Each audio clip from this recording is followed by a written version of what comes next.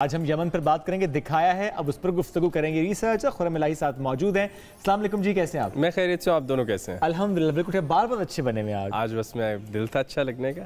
اللہ کرے روزہ کو دل یہی کیا کرے، ویسے روزہ اچھے لگتے ہیں۔ درست بات کی عمر کم اور اچھی بات کی عمر لمبی ہوتی ہے۔ واہ کیا خوبصورت بات ہے۔ آپ اس ویژول پہ آ جائیں جی بالکل، جس پہ بلند و بالا بلڈنگ سے ہم نے آغاز کیا تو وہ تو مینہٹن والی فیلنگ آئی۔ یمن کے ایک شہر کو کہا جاتا ہے کہ یہ مینہٹن آف دا ڈیزرٹ ہے، یعنی ریت کا مینہٹن جو ہے وہ یہاں پر ہے۔ اچھا، اور حیرانی کی بات یہ، پہلے ہم یہ اپنے سامعین ناظرین کو بتا لیں کہ مینہٹن نیو یارک میں موجود ہے، بلند و بالا بلڈنگز ہیں، چھوٹی سی جگہ پر ڈھیر ساری اسکائی اسکریپرز ہیں جو آسمان کی طرف بڑھ رہے ہیں، اور یہ 16ویں صدی میں 7 مطلب کہ فلورز تک کی بلڈنگز یمن میں بنائی جاتی تھیں، اس لیے اس کو ریت کا مینہٹن کہا جاتا ہے، یا صحراؤں کا مینہٹن جو ہے وہ یمن کو کہا جاتا ہے۔ اور یونیسکو نے اس سائٹ کو یہ نام دیا، یعنی یو این نے اس کو اکنالج کیا ہے کہ ایون 16th سینچری میں جب لوگوں کے پاس اتنے وسائل نہیں تھے، تب مٹی کو استعمال کرتے ہوئے صحرا میں تقریباً 6 منزلہ عمارتیں بنائی جاتی تھیں، اور اس میں نچلے والی منزلوں میں عموماً سامان رکھا جاتا تھا اور اوپر محفل ہوتی تھی، جو کہ عرب کا ایک سٹائل ہے کہ وہ لوگ بیٹھتے ہیں، بات کرتے ہیں، خوبصورت شام گزارتے ہیں۔ عرب کی شاموں کی یہ بات بھی تھوڑی سی سمجھنی بہت ضروری ہے کہ صحرا میں شام گزارنا بہت مشکل کام ہوتا ہے نا، because there is less to do,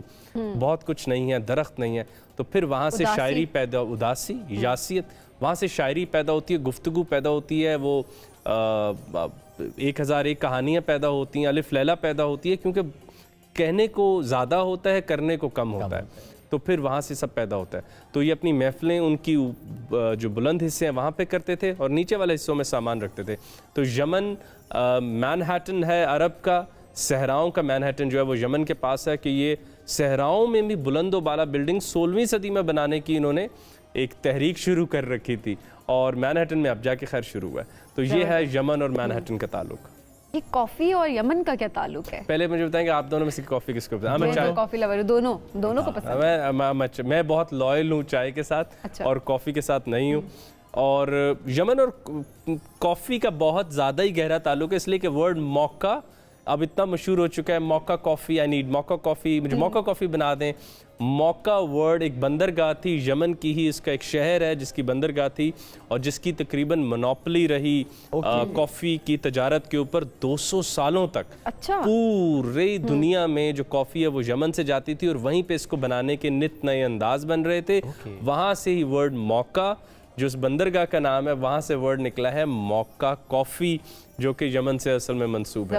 تو نیکسٹ ٹائم جب آپ کہیں تو ذرا عربی لہجے میں کہے گا موکا کافی، تو آپ اس طرح کہہ سکتی ہیں۔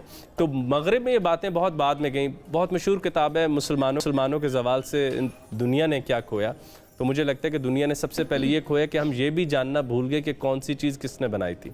یعنی کہ اونچی بلڈنگ بنانے کی روایت ہماری تھی، بڑی بڑی لائبریریز ہم نے کور کی ہماری تھی، جنگیں جیتنے کے بعد کتاب ہم مانگ لیتے تھے، لیکن آج یہ سب نہیں ہے۔ کافی کی روایت ہماری تھی، لیکن اب یہ سب ان کے پاس چلا گیا۔ لیکن ہم ہسٹری میں کتنے ویک ہیں خرم، ہم جب آپ سے پوچھ رہے ہوتے تو بہت جنرل چیزیں ہیں، جس طرح ہم کافی کی بھی بات کریں تو ہم ڈیلی شاید پیتے بھی ہیں، موقع ہم پی رہے ہوتے ہیں، لیکن ہم شاید توجہ نہیں دے پا رہے ہوتے اس طرح سے۔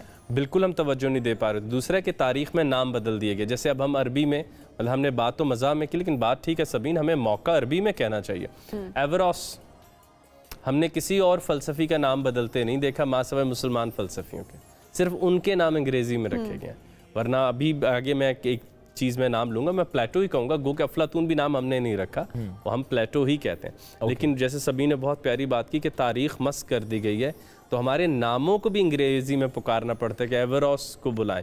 اللہ ابن رشد کہتے بھی تو کوئی اتنے کا مسئلہ نہیں ہوتا۔ شعیب کے نام کی پروننسیشن کیا ہے کریکٹ؟ نہیں، شعیب کا تو نام ہی بالکل یہاں والا نا، اس کو بھی آئین کو اسی طرح سے پروناؤنس، کیونکہ بہت لوگ ڈیفرنٹلی اس کو پروناؤنس کرتے ہیں، کچھ کہتے ہیں شعیب، کچھ کہتے ہیں شعیب، کچھ کہتے ہیں شعیب۔